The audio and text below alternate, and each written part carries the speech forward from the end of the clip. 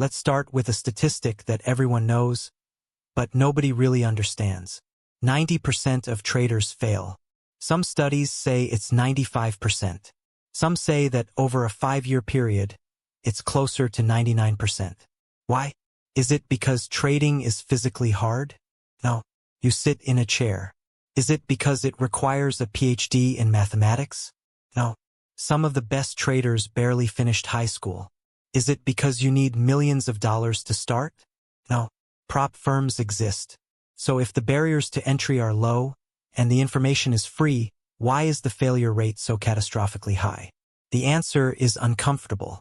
It is something most trading educators won't tell you because it doesn't sell courses. The answer is, you are failing because, deep down, you are getting exactly what you want. I know that sounds insane. You're probably thinking, I don't want to lose money. I want to be rich. I want freedom. Consciously, yes, that is what you tell yourself. But your subconscious mind, it has a different agenda. Most people think they are trading for money, dollar. But in reality, they are trading for currency X. Currency X is dopamine. It is excitement. It is validation. It is the thrill of the gamble. It is the story of the struggle. You are not failing at trading. You are succeeding at entertainment. You are paying the market to entertain you, to make you feel alive, to give you a rush. And the price of that entertainment is your trading account. I want you to imagine a drug dealer. The drug dealer doesn't care about your health. He doesn't care about your future. He cares about one thing: keeping you hooked. When you first walk up to him, the market, he gives you the first hit for free. This is beginner's luck. You place a random trade. You make $500. Your brain explodes with dopamine. This is easy. I'm a genius. You are hooked. The needle is in your arm. From that moment on, the dealer starts taking your money. He takes it slowly at first, then faster. But every once in a while, just when you are about to quit, just when you are about to walk away, he gives you another hit, another big win, another 10R trade. And you think, I'm back. I figured it out. You are not back. You are in a cycle of addiction. You are the junkie convincing himself that he can beat the dealer. But the dealer always wins. In this video, we are going to stage an intervention. We are going to look at the hidden psychology of failure. We aren't going to talk about support and resistance. We are going to talk about the slot machine in your head. We are going to expose the hero's journey trap that keeps you losing. And we are going to show you how to break the addiction, fire the director of your drama, and finally start trading for the only currency that matters: profit. Chapter 1. Variable rewards, the slot machine. To understand why you fail, you have to understand the mechanism of addiction. It's called variable ratio reinforcement. In the 1950s, a psychologist named B.F. Skinner ran an experiment with pigeons. He put a pigeon in a box with a button. Scenario A: every time the pigeon pecked the button, it got a pellet of food. Result: the pigeon pecked when it was hungry, ate, and then ignored the button. It got bored. Consistency is boring. Scenario B: the pigeon pecked the button and sometimes it got food, sometimes it got nothing. It was random. Result: the pigeon went insane. It pecked the button thousands of times an hour. It ignored its own health. It ignored sleep. It became obsessed with the button. Why? Because the uncertainty of the reward releases more dopamine than the reward itself. The brain gets high on the possibility of the win. Maybe this time. Maybe this time. Trading is scenario B. It is the ultimate slot machine. You click, buy, pull the lever. Sometimes you win. Sometimes you lose. And because the outcome is random in the short term, your brain gets hijacked. You become an action junkie. You stop caring about the money. You care about the action. You overtrade because sitting on your hands feels like withdrawal. You take high leverage trades because normal trades don't give you the rush anymore. Look at your own behavior. When you are in a trade, is your heart racing? Are you sweating? Are you glued to the screen? That is not the behavior of a professional. That is the behavior of a gambler at a roulette table. The professional trader has moved back to scenario A. They have built a system where the reward is boringly consistent over the long term. They don't get a rush. They just get paid. They are the pigeon who eats and then goes to sleep. The amateur is the manic pigeon, pecking the button until they die. This addiction blinds you to reality. You ignore risk management because risk management is a buzzkill. It lowers the dopamine. Risking 1%? That's boring. I want to risk 10% and feel the burn. Your subconscious wants the danger. It wants the fear, because fear makes you feel alive. If you want to stop failing, you have to detox. You have to admit that you are addicted to the randomness. You have to realize that boring is the goal. If your trading is exciting, you are doing it wrong. If your trading is a grind, you are doing it right. I want you to be brutally honest with yourself right now. When you click that buy button, do you feel a rush? Do you feel a spike of adrenaline? Pause the video and comment the word rush below if you do. There is no shame in it. We have all been there. But we need to identify the addiction before we can break it. Go ahead. Confess in the comments. Let's see how many of us are fighting the slot machine. Chapter 2. The Hero's Journey Trap, Ego. The second reason most traders fail is even more subtle. It's about identity. It's about the story you are telling yourself. We all want to be the hero of our own movie. Think about every Hollywood movie you have ever seen. What makes a hero? A hero needs a villain. A hero needs a struggle.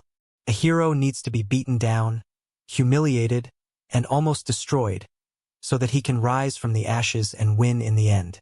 Without the struggle, the victory means nothing. If Rocky Balboa knocked out Apollo Creed in the first 10 seconds of the movie, nobody would watch it. We watch for the pain. Here is the trap. Your subconscious mind is trying to enact a hero's journey in the markets. You want to be the guy who overcame the odds. You want to be the guy who started with $100 and turned it into $1 million. But to be that guy, you first have to be the guy who struggles. You need a villain, so you make the market the villain. The market is rigged. The algos are hunting me. You need a struggle, so you self-sabotage. You blow your account. You dig a deep hole. Why? Because deep down, your ego loves the drama.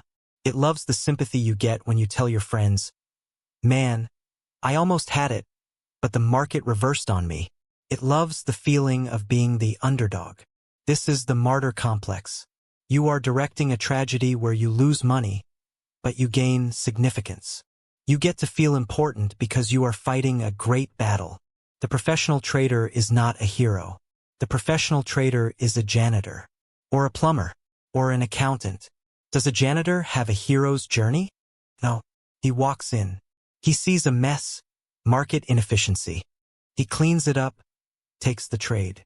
He gets paid. He goes home. There is no drama. There is no villain. There is no struggle. There is just a job. The janitor doesn't post on Instagram about how the dust bunnies were rigged against him. He just does the work. Most traders fail because they refuse to be the janitor. They want the glory. They want the big short moment. They want to call the top. They want to catch the falling knife. They trade for ego, not for profit. If you want to succeed, you have to fire the director of your movie. You have to cancel the show. You have to accept that nobody cares about your struggle. The market certainly doesn't. The market is not a dragon to be slain. It is a stream of data. You have to become boring. You have to become invisible.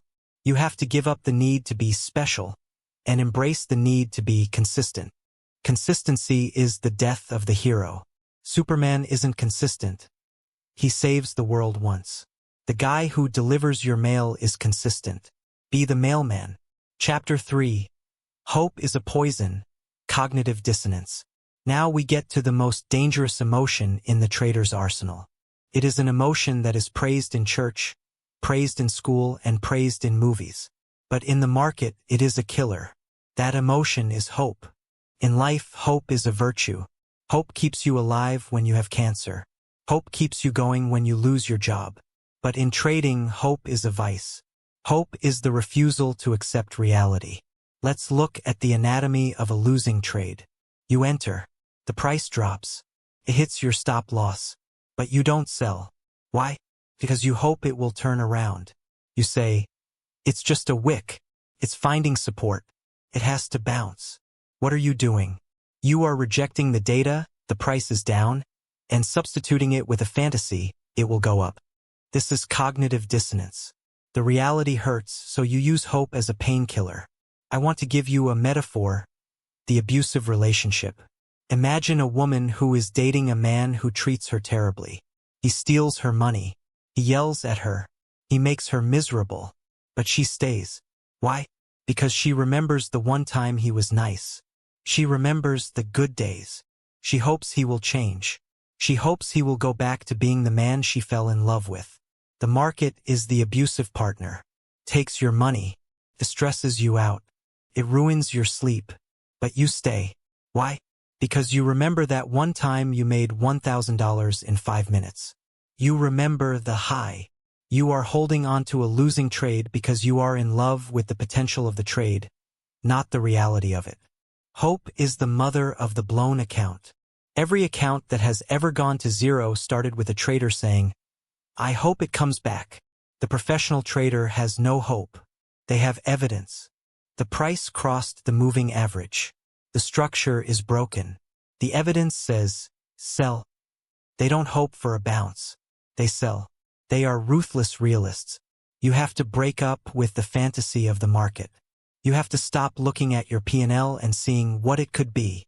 You have to look at your P&L and see what it is. If you are down $500, you are down $500. Hoping it goes back to zero doesn't change the math. In fact, hope prevents you from taking the necessary action, cutting the loss, to protect what you have left. This is a hard pill to swallow. Nobody likes to be told that their hope is hurting them. But if you are tired of hoping and ready to start knowing, if you are ready to trade based on evidence, not dreams, then you need to join this community. Subscribe to the channel. We are building a group of realists. We don't sell dreams here. We sell reality. And reality pays better. Click the button. The antidote to hope is acceptance. Accept that you are wrong. Accept that the money is gone. Accept that the market doesn't care about you. When you accept the loss, you kill the hope. And when you kill the hope, you stop the bleeding. The sooner you accept, the cheaper the lesson. The longer you hope, the more expensive the tuition. Hope is for prayer. Evidence is for trading. Keep them separate. Chapter 4. The Pain Tolerance Myth. We often hear people say, I failed because I wasn't strong enough. I couldn't handle the pain. This is a misunderstanding of biology. The problem isn't that you can't handle pain. The problem is that you are handling too much of the wrong kind of pain and zero of the right kind of pain. Let me explain. There are 2 types of pain in trading. Type 1. The pain of loss, damage. This is the pain of watching your account bleed. It is the pain of holding a loser. It is the pain of blowing up. Paradoxically, amateur traders have an incredibly high tolerance for this pain. They will stare at a screen while they lose 50% of their net worth. They will endure sleepless nights. They will suffer ulcers. They are masochists. They endure torture because they are paralyzed by hope. Type 2. The pain of discipline, growth. This is the pain of boredom. The pain of missing out. The pain of taking a small loss when you want to hold. The pain of sitting on your hands. Amateur traders have zero tolerance for this pain. The moment they feel bored, they trade. The moment they feel FOMO, they chase. The moment they feel the sting of a small loss, they refuse to take it. They avoid the discomfort of discipline by running straight into the agony of failure. I want to give you a metaphor: the hunter versus the farmer. The hunter, the amateur, needs the kill. He needs the adrenaline of the hunt every single day. If he doesn't kill something, he feels like a failure. He feels hungry. He runs through the forest, chasing every noise. He gets tired. He gets injured. He takes stupid risks because he is addicted to the action. He endures the pain of starvation and injury because he refuses to endure the pain of planting seeds. The farmer, the professional, is boring. He wakes up. He plants a seed. He waters it. He waits. He waters it again. He waits. Nothing happens for weeks. This is painful. It is monotonous. There is no adrenaline. There is no glory, but the farmer endures the pain of patience. And because he endures that pain, he eventually harvests a crop that feeds him for a year. Most traders fail because they are hunters trying to survive in an environment that rewards farmers. You are trying to spear a fish in a river when you should be building a net. You have to flip your pain tolerance. You have to become intolerant of damage, large losses. I refuse to lose more than 1%. That pain is unacceptable. And you have to become highly tolerant of boredom, discipline. I can sit here for 8 hours and do nothing. That pain is acceptable. This is the gym of trading. Going to the gym hurts. Your muscles burn. It is boring. But that pain prevents the pain of heart disease and obesity later. Discipline is the workout. Profit is the health. If you cannot sit still, if you cannot accept a small loss, if you cannot watch a chart move without you, you are weak. Not because you can't handle the market, but because you can't handle yourself. Strengthen your tolerance for boredom. It is the only muscle that matters. Chapter 5. The Construction Worker. Detachment. Finally, we arrive at the mindset that seals the deal. The mindset of total detachment. Why do you fail? Because you take it personally. When you lose, you feel like the market stole from you. When you win, you feel like the market loves you. You are in a toxic, codependent relationship with a line on a screen. You need to become the bricklayer. Imagine a construction worker building a wall. He picks up a brick. He puts mortar on it. He places it on the wall. He checks it with a level. If the brick is crooked, does he cry? Does he say, "I am a failure. My father was right about me"? Does he say, "This brick hates me. It's rigged"? No. He just takes the trowel, taps the brick, and straightens it. Or he scrapes off the mortar and tries again. He has zero emotional attachment to the brick. It is just an object. It is just a unit of work. He knows that one crooked brick does not ruin the wall, as long as he fixes it. He knows that he has to lay 1,000 bricks today. He doesn't have time to have an existential crisis over brick number 42. Your trades are bricks. They are just units of execution. Trade number 1 is a brick. Trade number 2 is a brick. If trade number 1 is a loss, crooked brick, you simply correct it, cut the loss, and move to the next one. You don't cry over it. You don't analyze the meaning of life. You just lay the next brick. Most traders fail because they think every brick is a mirror. They look at the trade and see their own reflection. This trade proves I am smart. This trade proves I am stupid. Stop looking at yourself. Look at the wall. You are building a career. A career is made of thousands of trades. Do not let one trade define you. Do not let one day define you. The professional shift happens when you stop trying to feel special and start trying to be consistent. Amateurs want to make the trade of the century. Pros just want to make the trade of the day. When you detach, the fear vanishes. If I drop a brick, I pick it up. If I drop a trade, I pick it up. There is no drama. There is only work. This is the blue-collar mindset applied to a white-collar profession. Stop trying to be a genius. Be a worker. Show up. Punch the clock. Execute the system. Punch out. Repeat for 10 years. That is how you build a skyscraper. We have exposed the hidden addiction, the slot machine. We have dismantled the hero's journey, the ego. We have neutralized hope, the poison. We have reframed pain, the farmer. We have embraced detachment, the bricklayer. Now you have a choice. It is the most important choice of your trading career.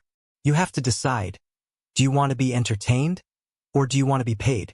You cannot be both. The market will give you exactly what you ask for. If you ask for drama, if you ask for high highs and low lows, if you ask for stories to tell your friends, the market will give you drama, and it will take your money as the ticket price. If you ask for profit, the market will demand that you give up the drama. It will demand that you become boring. It will demand that you kill the hero. It will demand that you act like a janitor, a farmer, a bricklayer. You have to fire the director of your internal movie. Cancel the show. Turn off the lights. Send the audience home. It is just you and the chart. No story, no glory, no villain, just numbers, just probability, just execution. This is the death of the dreamer and the birth of the trader. It is a painful death. The ego screams as it dies. But on the other side of that death is freedom. Freedom from fear. Freedom from the need to be right. Freedom from the financial struggle. You can have the story or you can have the money. Pick one. I hope you pick the money, because the story isn't real. But the freedom is. Go lay the bricks. Ignore the noise, and I will see you at the top.